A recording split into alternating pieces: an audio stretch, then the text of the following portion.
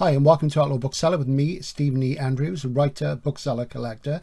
And this was a video that I didn't think I'd get around to that soon because we still have the builders in. So I'm sort of shooting this in a moment when it's quiet and the place is a complete tip. So I apologise for the straight on presentation. We will get it back to being beautiful again before too long. But the content is the thing, and that's what we're talking about. So today I wanted to talk about a writer who hardly anybody ever discusses these days. And I've just read two of his works in a row, and he's somebody I've read a couple of things by before, and that's Mack Reynolds. Now, Mack Reynolds is interesting because he was a fundamentally left-wing writer in a very right-wing milieu in the history of SF. So I guess what we're talking about today is Utopia, his approach to utopias and how utopia is basically dystopian. And I want to do quite a bit over the next few months on utopias and dystopias on the channel, because I've been thinking about them a lot, and Reynolds' work has taken me back that way, and they are interesting things. And as I said a while ago, I interviewed Emma Newman, and you'll recall in that interview that she said she was writing a utopian SF novel. And these things are very hard to sort of do, because fundamentally, how do you conjure up a perfect society? It's a real sort of tough trick to try and pull off. And the background condition of most SF since about 1950 has been dystopian. So there we go. So Mack Reynolds. Who was Mack Reynolds? Mack Reynolds was born in 1917 and he died in 1983. And he was an active and acting member of the American Socialist Labour Party for about a quarter of a century. And his father had been active in that labour movement before him. And I think a couple of times his dad nearly became vice president or something like that. So it was in his blood and his family. It's in mine because I'm from South Wales and my grandfather's a miner. So I've always been a socialist and a union member. So radicalism is part of where I come from. It's part of where Mack Reynolds comes from. But as I say, it was interesting because he fundamentally did a lot of work for Astounding, for John W. Campbell, and of course Astounding became Analog in the early 60s. And of course Campbell, the architect of SF's golden age, was fundamentally more right-wing. He was always interested in ideas, but the sort of whole thrust of Heinlein and Van Vogt and all that sort of stuff from Dianetics, you know, it sort of tends to more come from the right, the sort of Superman and what have you. And it's more complex than that, but that is part of it, the manifest destiny sort of syndrome in American SF. And Mack Reynolds was kind of outside that. And like a lot of people who wrote for Campbell, he basically wrote stories and novels around ideas that Campbell had. Campbell had plot things and notions, and he'd work around that. And I hadn't read a lot of his work. Some years back, I read this book, Tomorrow Might Be Different, which I really enjoyed. And this was originally a short story called Ruskies Go Home in about 1960 in Astounding. I don't think it was quite analog by that point. And it was later expanded into this novel, and it's quite small, as you can see. And I really enjoyed it. Lots of interesting ideas. And I do need to reread it because it's the book of his. It was the first one I read, and it was the one I enjoyed the most. And it was probably about 20 years ago. And basically in this, the USSR beats the USA at capitalism. And interestingly, of course, with the fall of the Berlin Wall and the oligarchs and what came after in the former Soviet Union, it's kind of got that way. It's gone that way even more with the Chinese, of course, who've been very successful as capitalists under what is supposedly a communist system, you know. So that's an interesting one. I enjoyed that. And that was my sort of first toe dip into Reynolds' work. But, you know, he did lots of sort of routine things, space operas, what have you. There was often a sort of thread of radicalism, you know, and there were things which were, you know, entirely throwaway, like the classic Galactic Medal of Honor, which was a bit of a running joke amongst me and some of my local science fiction friends a few years back when we were all talking about reading it. And in a way, it's almost like a Sheckley-esque romp, and it is about a guy who gets awarded the, you know, Galactic Medal of Honor. It's a bit silly, but it was great fun to sort of sit in the pub and discuss it and have a joke about that. So a while ago, I was thinking, I do need to read more Reynolds, and I think it was a few years back. It might have been in one of my early hauls of the channel, maybe before I bought this book, Commune 2000 AD, because I thought, well, yeah, we'll have a look at that. And also the utopian dystopian thing is interesting because I'm left-wing myself, though not in a sort of super woke way. I'm more on the economic side of things. I thought it'd be a good thing to do. So really, the most famous thing that Reynolds did was late in his career. He had a period, I think, from about 1970 to 1973, where he didn't write any SF. And then he made a big comeback with this book here, looking backward from the year 2000. And this is an Elmfield Press UK first, which I acquired recently for a tenner. This is quite a common book. You can get this anywhere. And Mack Reynolds books are pretty easy to get, generally speaking. You've got a hey on why there's loads of them. They're out there. He doesn't have anything in print. He's dead now, as I say. And as you note, that's James Dean on the cover. Tell me it's not, but I think it is. And the video editor said it was as well. So I got that recently because I wanted us to look at that in tandem with Commune 2000. And you note that the date 2000 comes up in both, because what he decided he was going to do was do this project where he felt that as a writer he needed to have a science fiction specialism, and it was going to be speculating about what would happen politically and economically in the year 2000 and what could happen. And because he was from a left-wing sort of socialist Marxist base, he wanted to sort of go that way. So I decided to read this and that back to back and tell you what I think. Well, the interesting thing about this, I'm going to start with this first, even though I conquered that one first of all, is that it takes the title and even the character's name and the basic idea from a book which came out way back in, let's see, 1888, I think it was, and that was Looking Backward from the Year 2000 by Edward Bellamy. Now, I do have a copy somewhere, but I can't find it because the house is upside down, as I say, so I'll try and flash a picture on the screen. It's been a sort of Penguin and Oxford classic for years.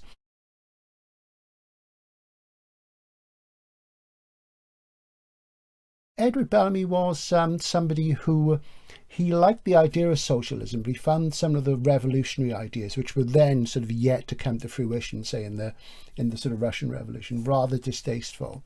And he also wasn't happy about capitalism. There was a lot of unemployment in the US at that time, and everybody knew that the modern world was coming, but there was a lot of despair about how things were going to change. And he wrote this book and it became a massive bestseller. And I think it was only the second book in America to sell 1 million copies. I don't know what the first one is, but it was really popular. And he was quite a quiet, reclusive guy, he's sort of standoffish. But he became a bit of a celebrity because of the success of his book. And he wrote a sequel about 10 years later called Equality, which is kind of forgotten now. And fundamentally, he was a champion of what he called nationalist politics. And it's not nationalist in the sense of the whole sort of fascist thing which came later. The idea was to sort of have solidarity and bring everybody together and have an anti-capitalist thing. So be collectivist and try and have a utopian society coming out of that. And in Bellamy's novel, there's a character called Julian West. And I seem to remember he lives in Boston and he's quite well off, and he falls asleep and he wakes up in the year 2000. Now, Wells, of course, did this a few years later in When the Sleeper Awakes, retitled The Sleeper Awakes, which is one of my favourite Wells books. And it's become a bit of a cliche. Of course, Woody Allen did it in the wonderful SF film Sleeper, which is fantastic. You haven't seen it, you should. It's excellent.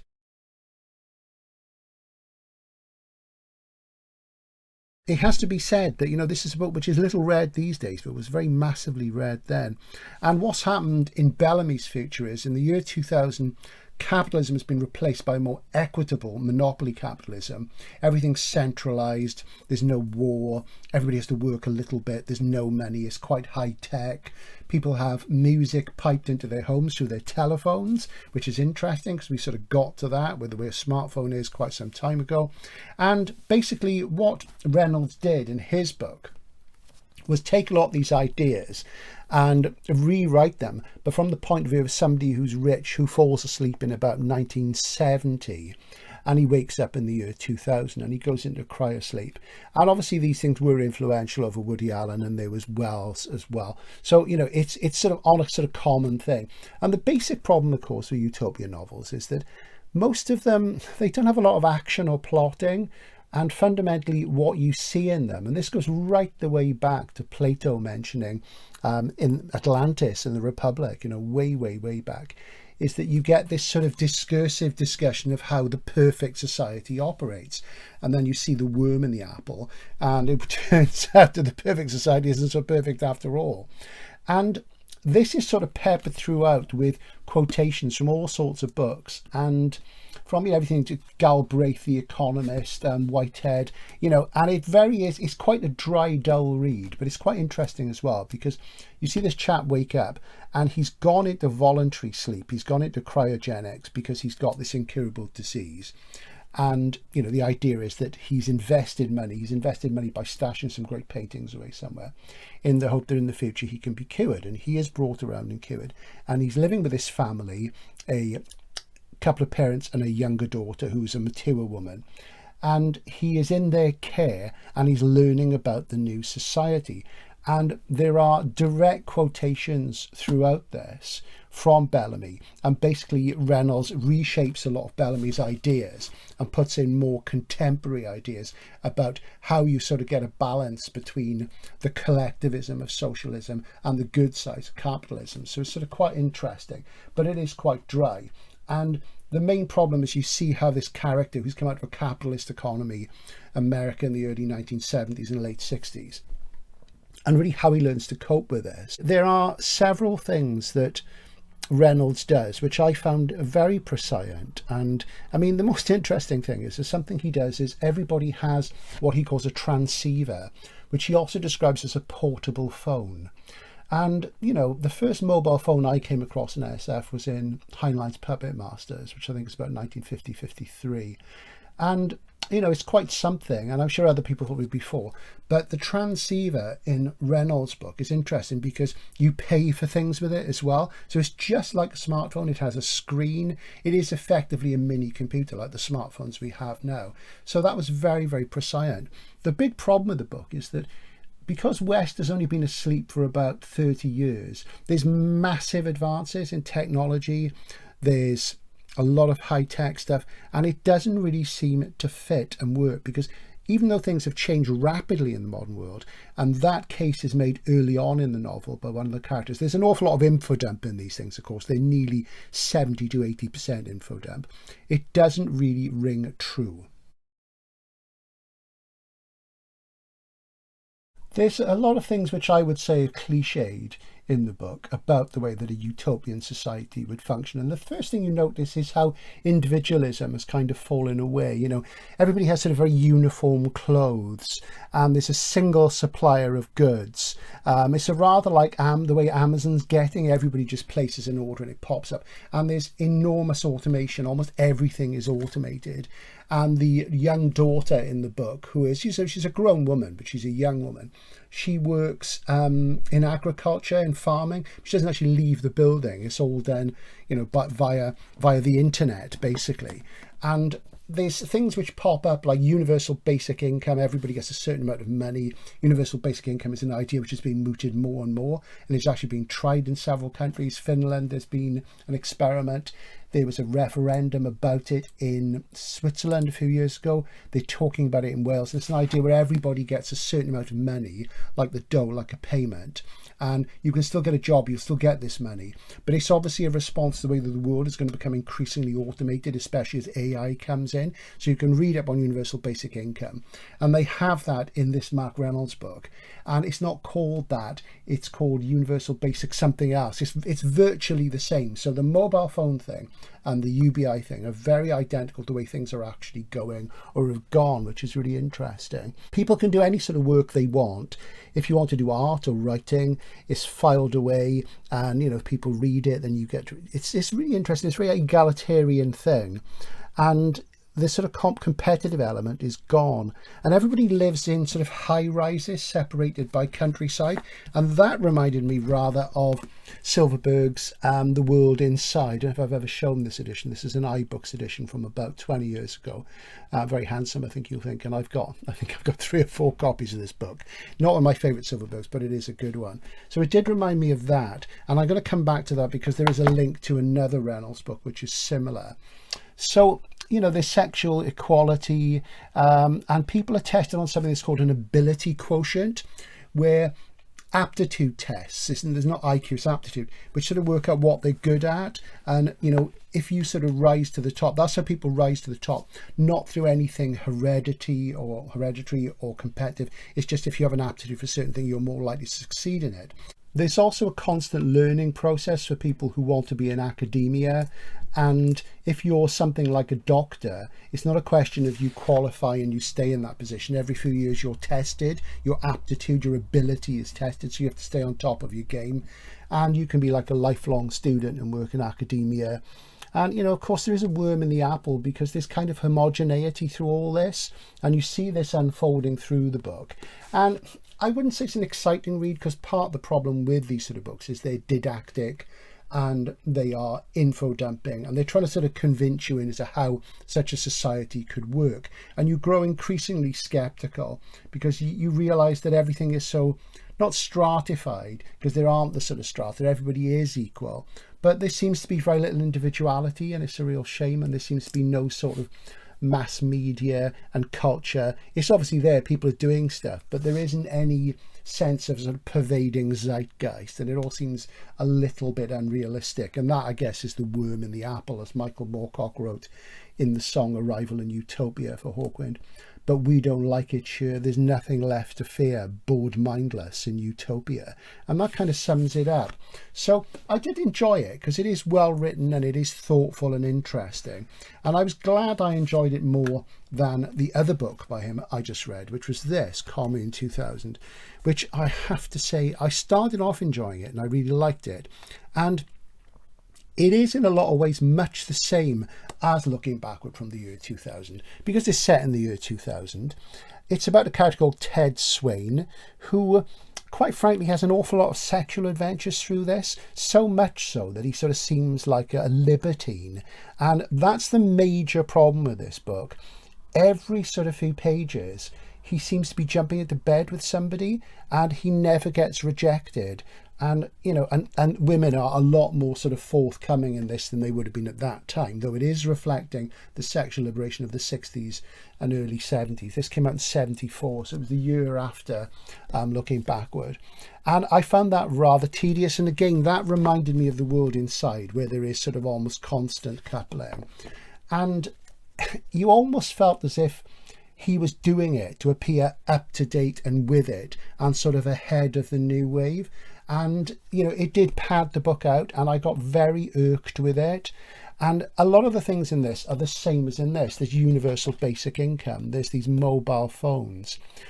Basically, Swain is an academic, and he, in his version of 2000, in his utopia, you have to work towards being granted the opportunity to do a dissertation. You have an ability quotient test. And there's like a body which governs, and he has this dissertation suggested to him, and he's an expert. He's been reading and researching about sort of early Mesoamerican culture, Aztecs, Incas, what have you, those sort of things. And he's offered this dissertation, but he said he's told he has to do a dissertation on breakaway groups in contemporary society who are forming communes based around taste, public, sexual mores and what have you. And you can see that there's a little bit of a corruption thing going on there. And he goes out to do his research. So he goes on a typical utopian journey from one commune to another. There's one which is all lesbians, there's one which is based entirely on Greek ideas, classical Greek ideas, and so on. And, invariably he ends up having sex a lot in them. And I found that rather tedious.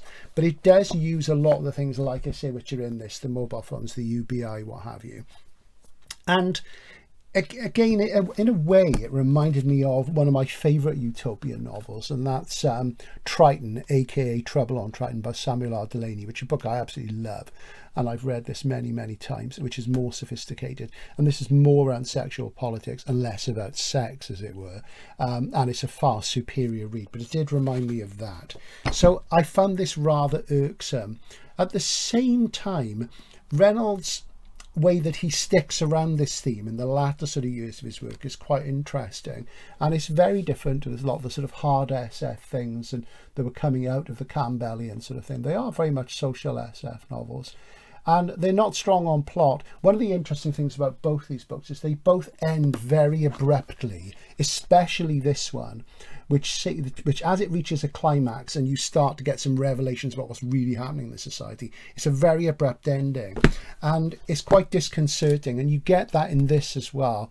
In this one, you feel that it's more about the fact that you, alongside Julian West, the character, have come to really see that, you know, utopia is not a realistic possibility. It would have been interesting to talk to Reynolds to see what he really felt about it. And you get the feeling he was testing his ideas about radical socialism. So if you're interested in politics and economics and those ideas, they're a good read, but they're not exactly an exciting read. And I think this is the problem with Utopian SF generally, is that really very little of it is really well written and literary. I mean, I've been rereading this 334 by Thomas M. Disch, which is a wonderful look at a dystopian flat block in New York in the near future, and he does it through character, and there are sort of social changes and things which have reflected what have happened since this. There's some interesting gender stuff in this, and this is a wonderfully well written book, and your sympathy is so with the characters, even though when you can see their flaws, and this is far, far better, I would say. But then I love Tom Disch anyway. So what I would say is, if you're going to read Mack Reynolds, I give him a try. I say I've only read 4 books by him. There's a much bigger oeuvre. I'm probably going to leave it where it is for now. I would say give this one a go and see how you get on. I really enjoyed this. I'm going to go back to it and read it again because it's quite short and sharp. This is rather thrown together. Sorry about the setting and what have you. I want to get back to something that's visually more interesting. Thanks for watching. Hopefully in the next week we will get back there. There's going to be a lot of stuff where I go on little trips involving SF, so you'll see things where I'm out and about, but they're SF based warehouses, author events, all sorts of stuff. And thanks for sticking with me during this rather difficult time. Bye for now.